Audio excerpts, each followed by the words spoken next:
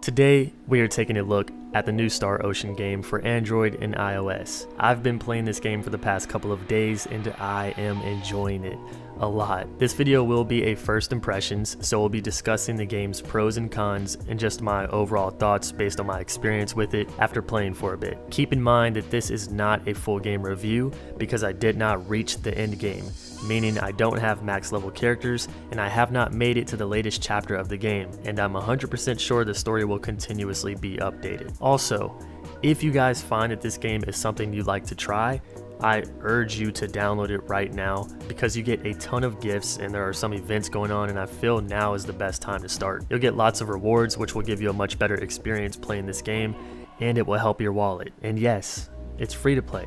And no, I have not spent a dime. There's more I want to discuss on this topic of money in the in-game cash shop, but I'm getting a little ahead of myself, so we'll save that for later in the video. First off, Star Ocean is a mobile RPG. There is an option to play with other players, and it's currently marked with a beta tag, and each time I've tried it, it never worked out. And I'm sure there are tons of people queuing to play with each other, so it's not the population that's the issue, but rather the fact that it's marked with a beta tag. But other than that, it is a story-driven mobile RPG with a huge linear quest line and different planets to explore. You'll be reading through a ton of text dialogue, hack and slashing tons of enemies between every 7,000 characters, sometimes staring at panties, and praying to RNG that you will unlock your favorite waifu. From the start of the game, it starts off with moving images of you being attacked by space pirates and using some futuristic feature to warp drive your ship out of harm's way. You then end up on a planet you've never seen before, in a sector of the universe that's very far from home. But where is home, you ask?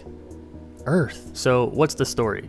What's the goal? Well, it's to get you back to this shit planet we call Earth. I got very bored of reading through all the text early on, even though I do enjoy the robot. He's pretty funny at times. But you have the option to skip this. There's also a summary button if you want to skip through the dialogue but get a quick recap of what's going on, so don't feel too bad should you not want to read through this. The actual gameplay is amazing for a mobile game. The graphics are nice, the combat feels impactful, and the skill animations are god tier, especially when you pull off your rush specials. You form a party of 3 characters and can take a 4th character with you on each mission. This 4th character is an NPC made from other real players around the world, so whatever character you choose to represent you can be taken on missions with other players. Now, the game is not revolutionary like the first few mobile titles we've played on this channel. You know, games usually find a way to stand out even though they follow a similar formula. However, mobile titles almost always stick to one of 5 blueprints. Now, I'm just throwing a random number out there, but this is the blueprint that includes a linear path of missions, a party of 3 characters with the optional 4th friend or stranger, a gacha system where you roll for characters and equipment, a stamina system, and a story full of text. But even with this generic mobile formula, it does it right.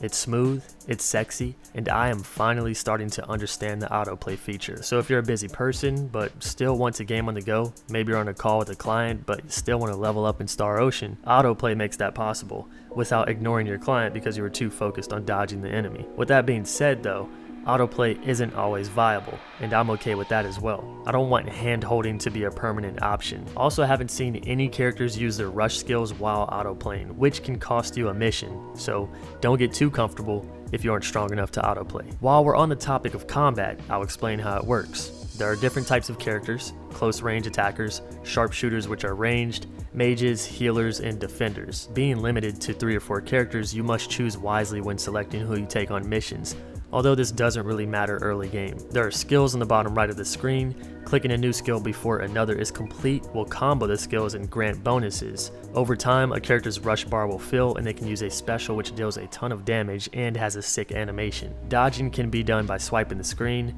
and gaining AP to use more skills or dodge happens over time, or by basic attacking the enemy by just tapping. You can also switch characters you want to play as anytime during the actual battle by simply tapping their icon. For a lot of this video, you'll see me on auto. I played while drawing, riding passenger seat in the car, working on other videos, catching up on Attack on Titan. It was pretty nice. Now on to the gacha part. With the current roster of characters, I feel like I've unlocked more than half in a day's time of gameplay.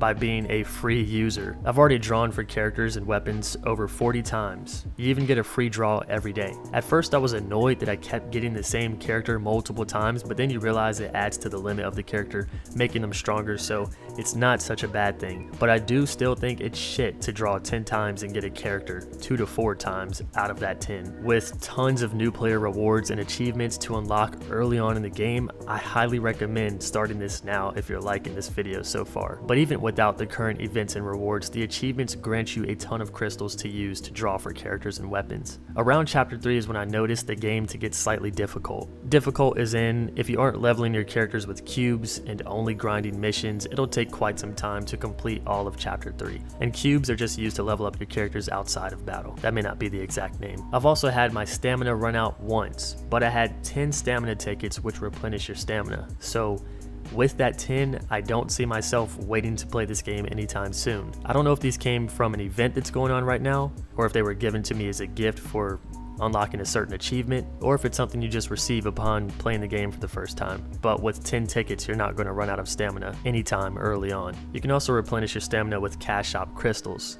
And yeah, this is one of the ways these games get your money, but as a new player, I doubt you'll be spending any money for stamina anytime soon. But overall, I found myself really enjoying this game. At first, I was like, this ship crashing shit looks boring.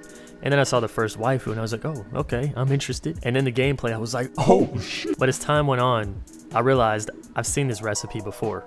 And I've also realized I could just be auto-playing the early missions while getting other work done. It's not a bad thing, but it's not the best feature for someone who enjoys immersion. I know, I seem like I can't make up my mind on how I feel with autoplay, but who cares? It varies from person to person. Some people like it, some people hate it. Even with this mobile recipe we've seen before, I'd still recommend this game. And if you are a fan of the previous Star Ocean, then why the hell haven't you downloaded this already? I'll continue playing this game, and I know I say that with a lot of games. I'm like the actual king of not keeping my word. I make these promises that I genuinely believe, and then I just lose interest or it becomes overwhelming. Honkai Impact 3 is a mobile title I would highly recommend, but the amount of attention you have to give that game to not miss a day of progression is rough when you're juggling a bunch of things in life. With a game like Star Ocean, I can keep up with it. This isn't saying that I'm done with Honkai though. Anyway, let me know if you plan on trying this or have tried this, and if so, who's your favorite character and what characters does your main party consist of? With that being said, thanks for watching my videos and staying until the end. If you want to see more videos like this, just check out my uploads or subscribe to the channel for more, if you like what you see. I'll catch you in the next video. See you soon, friends.